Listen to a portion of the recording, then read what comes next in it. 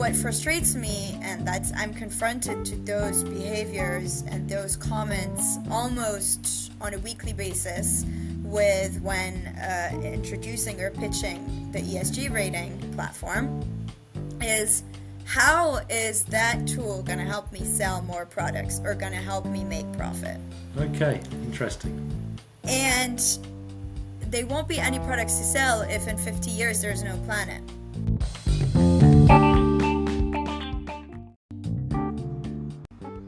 Hello and welcome to Rethink What Matters, the podcast dedicated to aligning the economy with the ecology and everyone for improved business performance, stronger families, and a greener, cooler planet.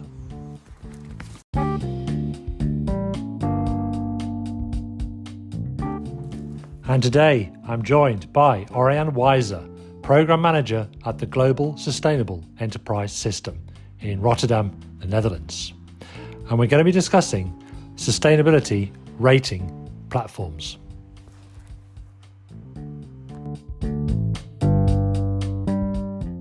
So the GSES system is a sustainability rating platform. So on this podcast, we're going to be learning about sustainability rating platforms. So I'm really looking forward to this because it's something which I think is helping us to join up all the dots, which is very much what a Wateroo is all about. So perhaps we could start off, Oriane, with you telling us a little bit about your role there and a bit more about Global Sustainable Enterprise System, GSES. Yes, of course. So I'll start by introducing GSES. So GSES was founded by Kelly Reichock in 2019. It is still a startup, but scaling up. We are young and a driven team, and GSES is a software as a service.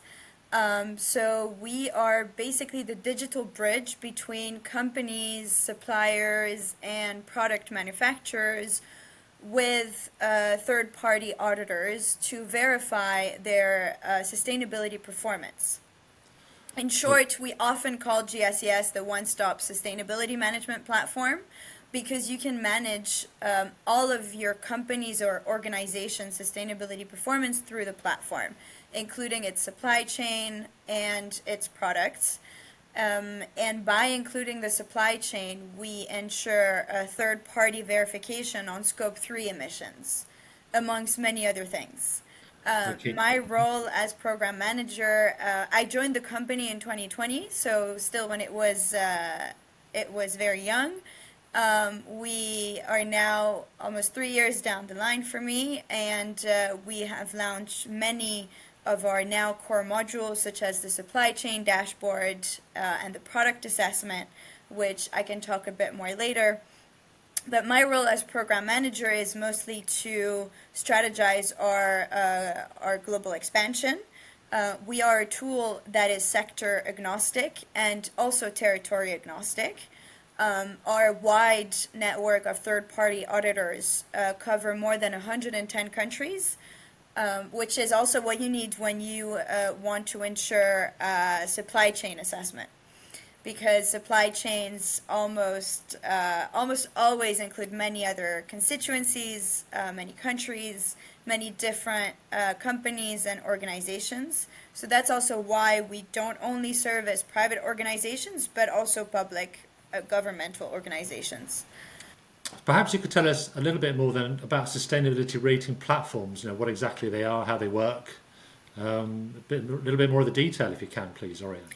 Yes, of course. So a sustainability management platform will get you, most of our clients come because they need to be regulations ready. So in Europe, for example, we have the CSRD coming up, which is the Corporate Sustainability Reporting Directives launched by the European Commission, that is forcing companies to actually comply with sustainability reporting and making sure that their sustainability performance are not greenwashing, but are legitimate. So in that sense, our clientele comes to us and they first start with a 0-point measurement. A 0-point measurement is to understand what is your current state of your sustainability performance. To do a 0-point measurement, all you would need to do is insert your certification. So companies have often a lot of certifications such as ISO standards, GRI, which are legitimizing and certifying that their organizations is environmentally friendly or that their IT services is secured. So there's certifications in all realms, but we of course focus on sustainability certifications, and we are able to give you a legitimate ESG score.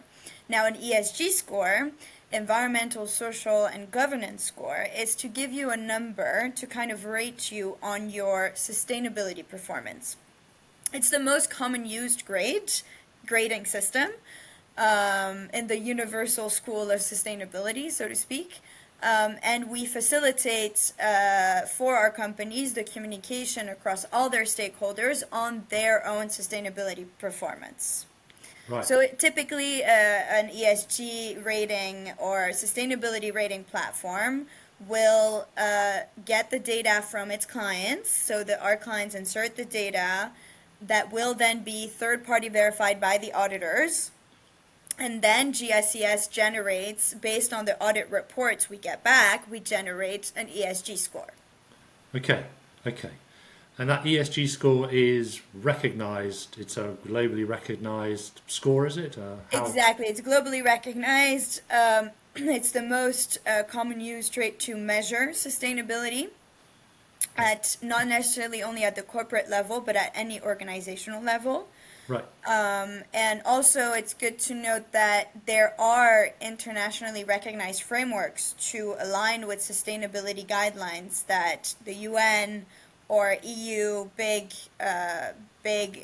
international organizations such as them, like to push for. So ISO is one of them, but the EU directives, of course, GRI, and the SDGs, the Sustainable Development Goals, and these are all aligned on GSES. So you can make sure that your sustainability performance reflects one that is aligned with the internationally recognized standards.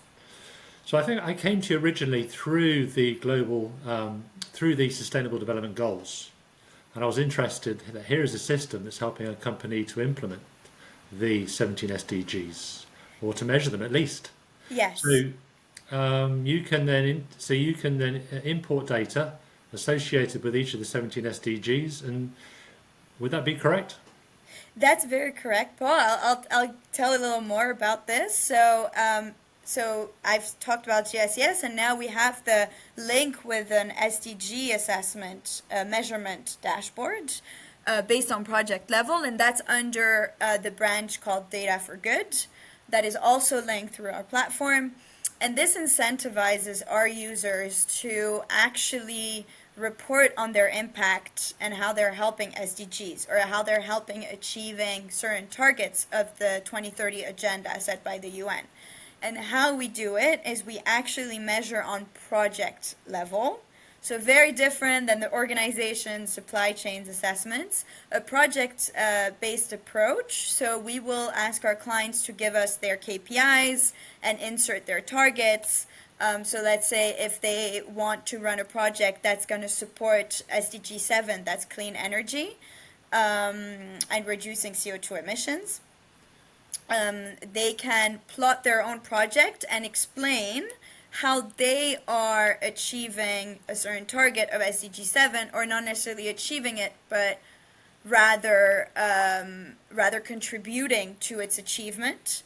And then, just like on the GSES platform, we will have that project mapping and results based on their progress and their deadlines once their project is achieved, verified by third-party auditors, and that way they can communicate with verified information on their contribution to the SDGs on their sustainability reporting, for example. Okay, so are the UN involved in assessing the level to which a company is achieving the SDGs? The UN's involvement towards the SDGs is only to read reports that come in from all the state members of the UN.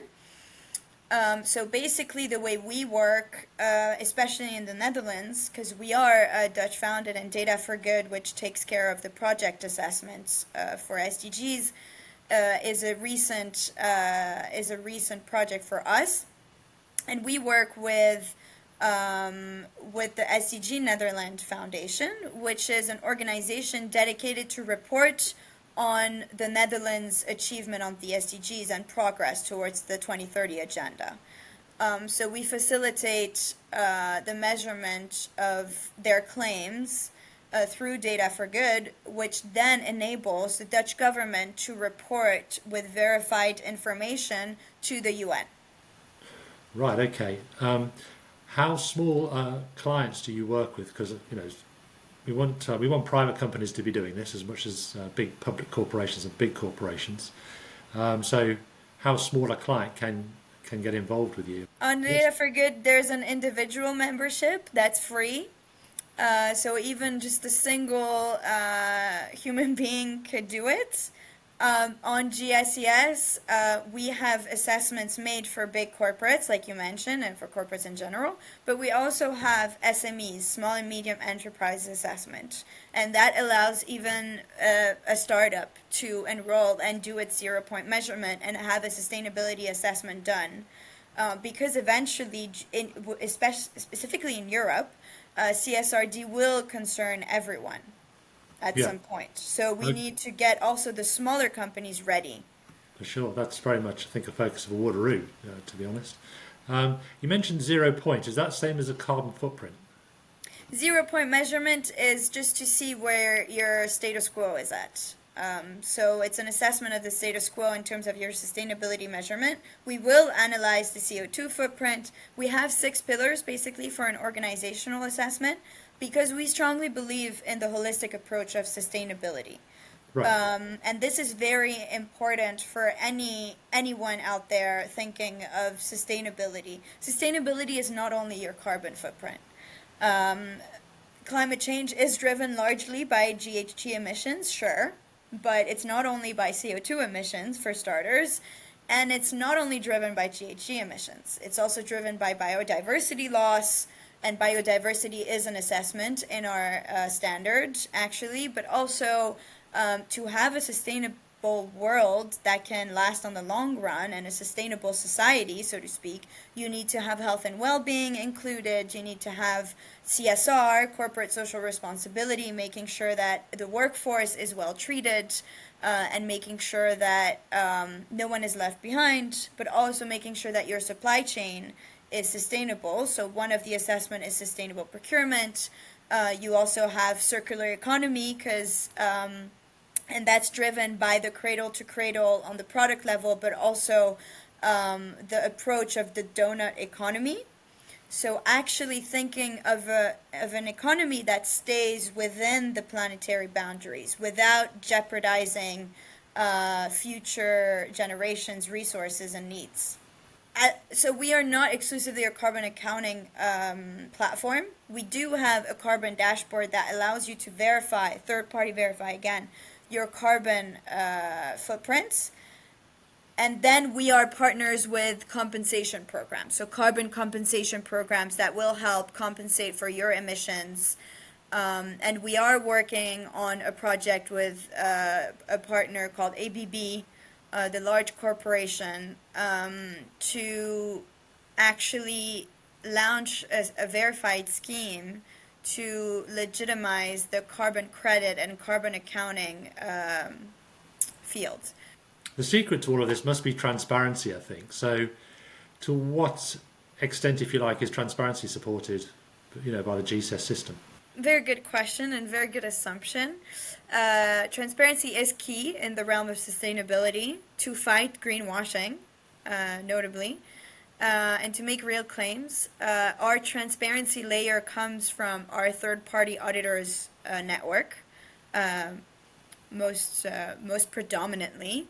But we also use transparent methodologies that is shared with everyone, our clients, members, partners, and even the audiences that follow us on social media will have access to our methodologies. We're very transparent with the way we work. and you need to be transparent. We often outside of our work as GSES members, we preach transparency, because if we are not transparent, then we don't have a real sustainability performance assessment, and then we don't know what is the state of the world, Right. and then Right. that means we don't know in what state we're leaving it for future generations.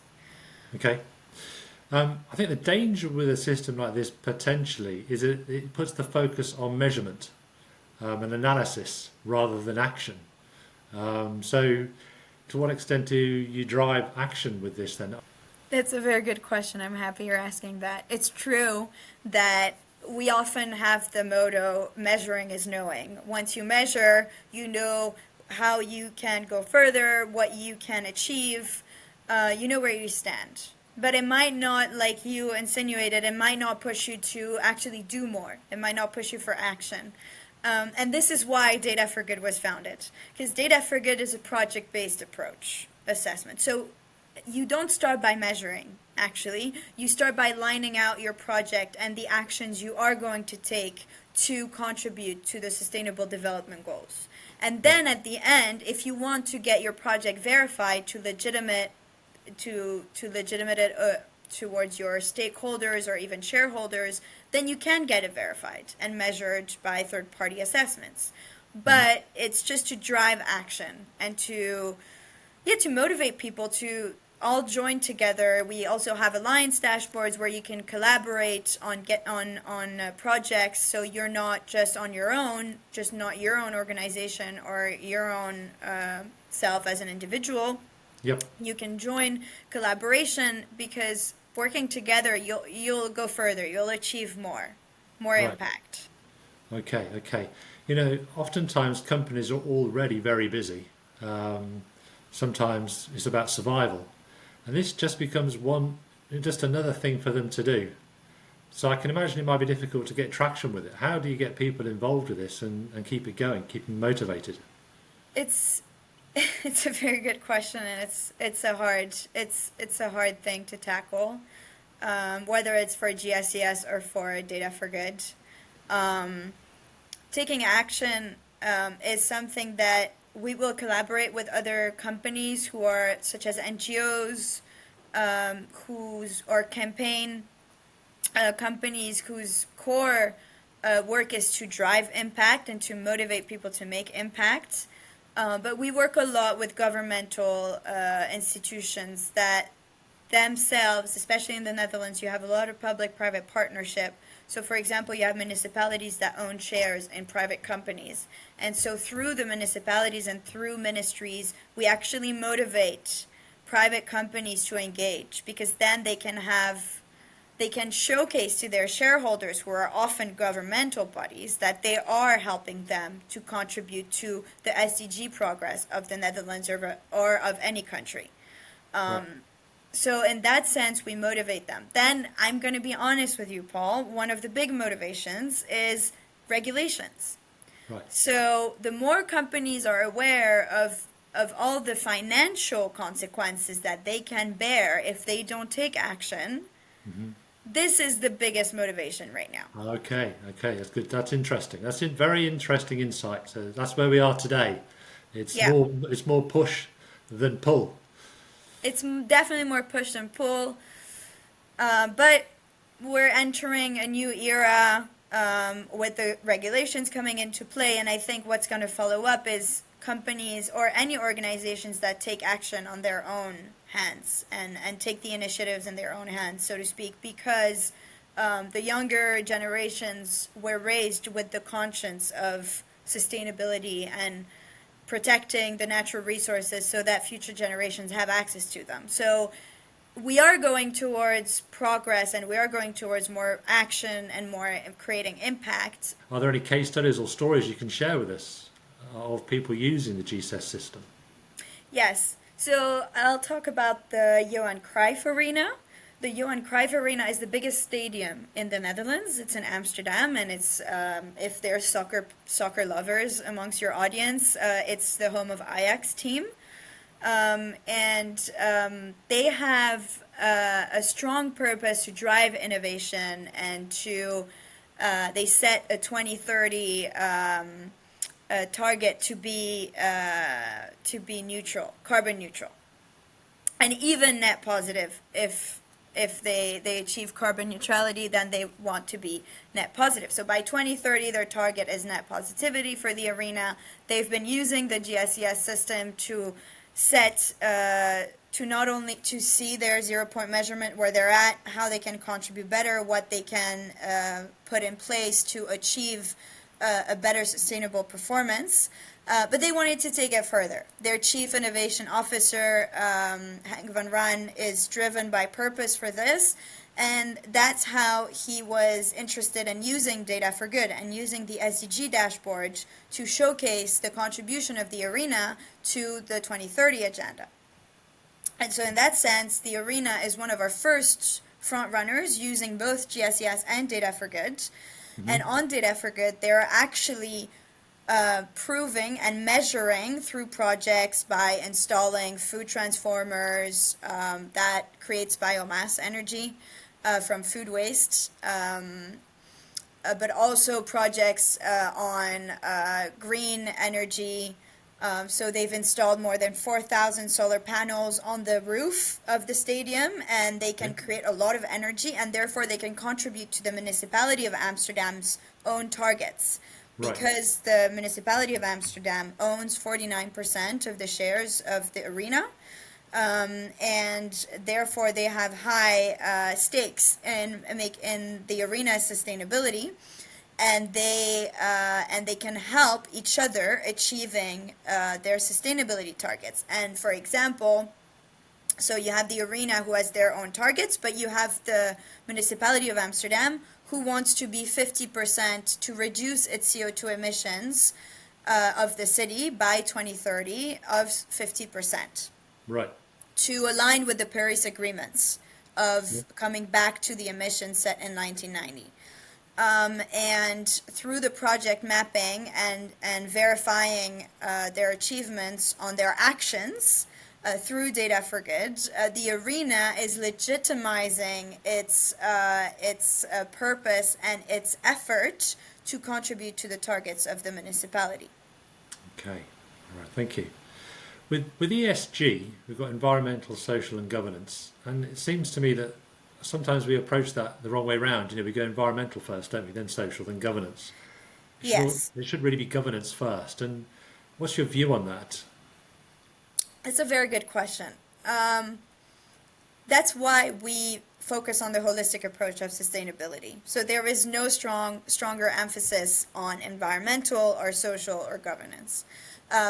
Environmental is the front runner in ESG for many people and for many organizations. Why? Because it's easier to measure. It's easier to assess. Right. But we are seeing amongst our clients and amongst our network and in the Netherlands and all across Europe a strong emphasis on good governance, because good governance is seen as the driver for change. With bad governance, you will not achieve much. You will not achieve your actions, and you will not achieve impacts. You need good governance before you implement environmental strategies. And in that sense, your question is a very good one, and very important for people to really not disregard the S and the G. What are the frustrations you find there are around sustainability rating platforms? Have you got any stories about where it's just not worked or it's not working? Yeah, very good question. One of my main frustration, and I think it comes from a personal trait as well, a personal background. I have a master in climate change and international development. So I am not only preaching because I work for a sustainability management platform.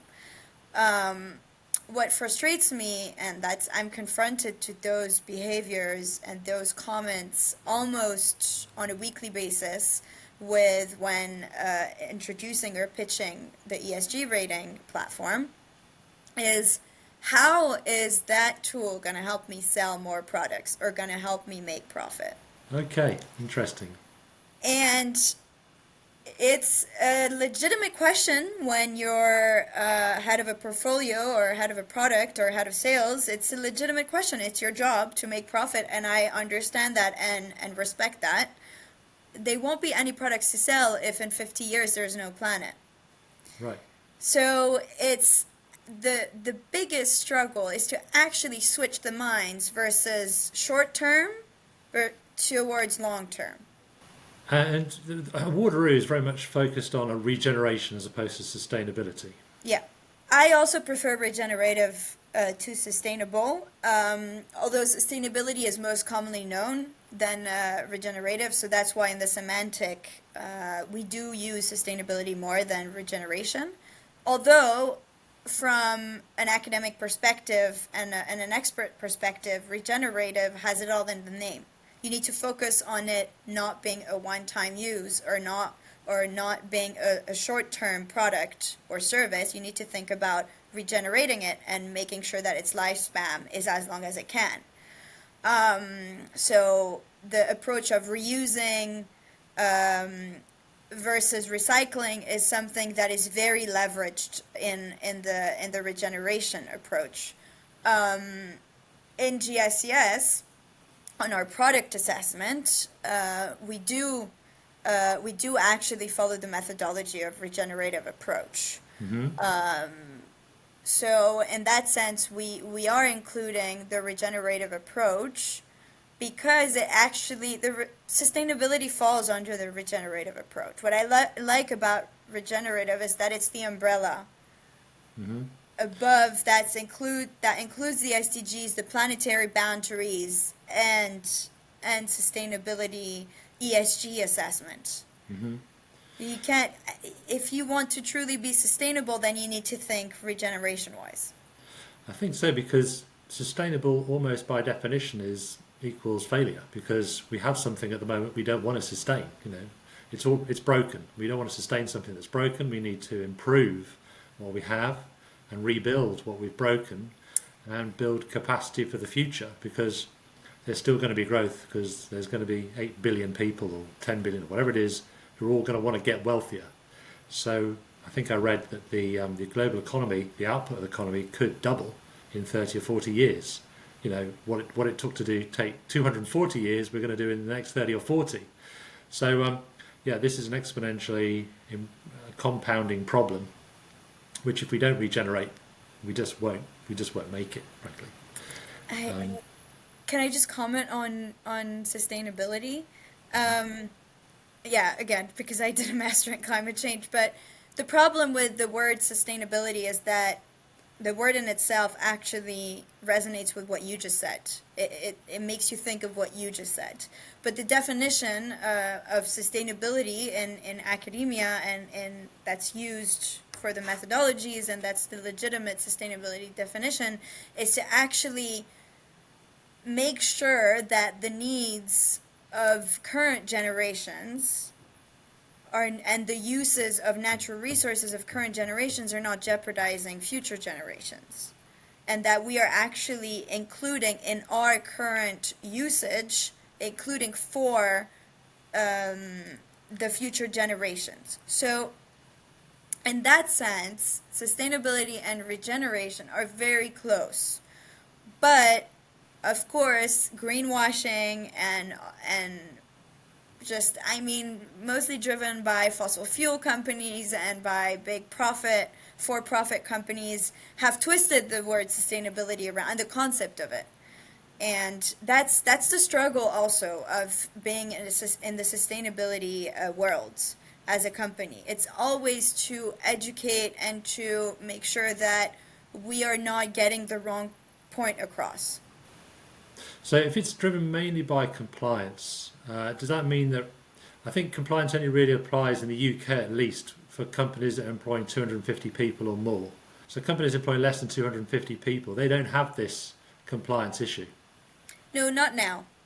Not for now. It's going to be, CSRD is starting in waves, so it's going to be a wave process. So the first batch will be the big fish in the EU and the big fish in the EU market. Right. So definitely companies that have more than 250 employees. But as the years goes on, CSRD wants to include everyone. And if you're a small company employing, say, 200 people, but your customer is got a few thousand, you probably yourself need to be able to show your carbon footprint or your sustainability credentials and ratings to that larger organisation because they're going to demand it for their own certification. Exactly, and that's why we work a lot with companies who want to assess all their suppliers, to assess all their supply chain. And when you work with a big corporation, the way we do it is actually facilitate sustainability assessment for their smaller suppliers or for their smaller suppliers. We obviously give lower fees for rating.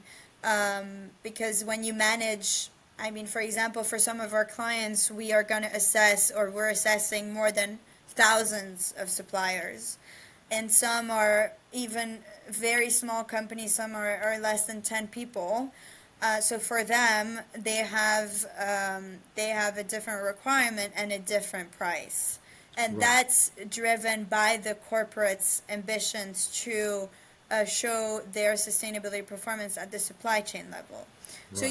you can also see that sustainability focused people often find solutions to be as inclusive as possible because they know that they can't do it alone. Right. So they're going to have to help those that can't afford it. And just give us your impression then of how much you think this is changing behaviours. Actually, there are many reasons why they're changing behaviors. It's a confrontation. It's like looking at yourself in a mirror. It's very confrontational when you realize how bad your KPIs are based on verified data that's been third-party verified, and you have legitimate sustainability performance that shows you that your governance is actually not good, that your social KPIs and targets are not good, that your verified score is below 10%. That drives change, especially for competitive minds and for the management level. They're realizing the impact of that.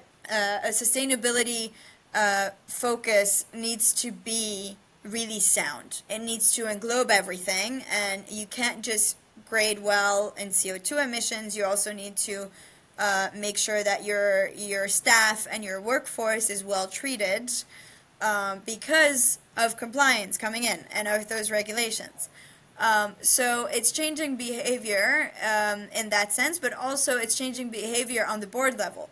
Because now in their quarterly meetings with the investors or their quarterly meetings with the admin board, they share their ESG rating, they share their sustainability performance, and they show why they need to put budget on this to achieve better rating to then be the product that people will use because it's the product that's going to last the most because it is encompassing the sustainability approach, and it's encompassing the survival of humanity. And those often, I mean, sustainability just challenges intergenerational debates as well. Because we have generations that were actually told to consume as much as they could to help the economy. No, that's very true. And it's Unfortunately, very that's hard to then tell them, well, no, you buy secondhand everything, you don't help the economy, and in their heads and in their minds, and if you look at just an economics standing point, you're like, this is never going to work. We're not going to generate money. Sure, we might save the planet, but we're not going to be able to feed ourselves because we won't have money for it. So it's also part of the challenge. But having teams that have different age groups in them challenges dialogues and help a common understanding of the importance of this and how it can work. Oriane, thank you very much for your time on this podcast and helping us to understand how sustainability rating platforms work and the value that they bring and how your GSES system works as well. Thanks very much for your time on this podcast. Thank you very much, Paul.